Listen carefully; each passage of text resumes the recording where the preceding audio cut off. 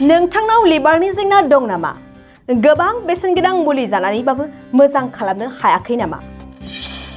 जुदि नोंथाङा cholera, diarrhoea बायदि बेरामजों नाख्रेबजाना दं नामा?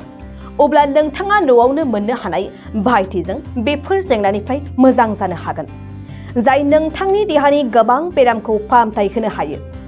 मा बे न'आव मोननो हानाय भाइटिया भिडिअनि गेजेरजों लाबोगोन। खम बिबां दै लोंनायनिफ्राय जानो हागौ किडनियाव अन्थाइ। किडनियाव अन्थाइ जायोब्ला गोबां बिबांनि सानाय आरो हासुनायाव आलौनाय जानो हागौ। न'नि भाइटिया नोंथांनि बेफोर जेंनाखौ बोस्रांनो हायो। बे बिथिङाव नोंथांनि जेंनाखौ फाहामनो थाखाय नोंथाङा बाहायनो हायो फातगाजा बिलाइ। फातगाजा बिलाइखौ खानानै देना सेबना लोङोब्ला नोंथांनि जेंनानिफ्राय उदां जागोन। लिभारनि जायखिजाया जेंना, किडनियाव अन्थाइ आरो जन्डिसनिफ्राय रैखाथि मोननो हायो। गगा मोननायजों गोबाव सम भुगिनांना दंब्ला फातगाजा बिलाइनि बिदै लोङोब्ला मोजां मोनो।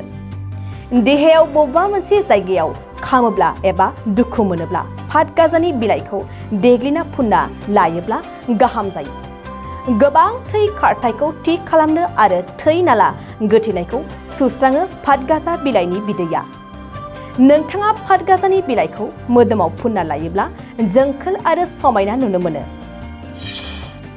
कलेरा, डायरिया, थै गैयै जानायजों मोगा-मोगि जानांदोंब्ला फातगाजा बिलाइनि बिदैखौ लोंनो हायो। फातगाजा बिलाइनि बिदै लोङोब्ला माखासे बेरामफ्रा गानायनि मिजिं थायो। रादाब फोसावगिरि बड'लेण्ड बुब्लि, Kokrajhar.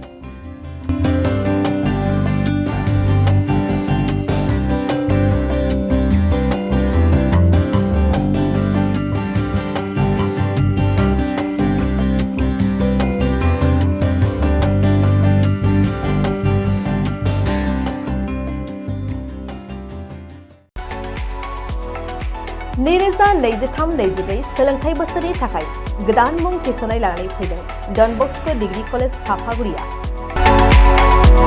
देग्लायनिफ्राय Don Bosco' degree college सापागुरियाव बेचलर अफ आर्ट्स एबा BA नि सेथि सेमिस्टारनि गोदानै मुं थिसननाया दायो सोलिगासिनो दं।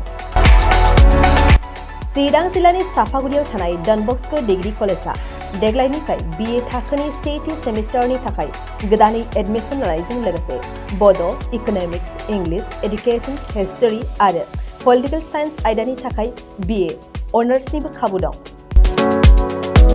गोग्गो सोलोंथाइनि थासारिजों लोगोसेयैनो डन बस्क' डिग्री कलेज सापागुरियाव आलादा-आलादायै हौवा-हिन्जावनि थाखाय हस्टेलनि खाबुबो दं।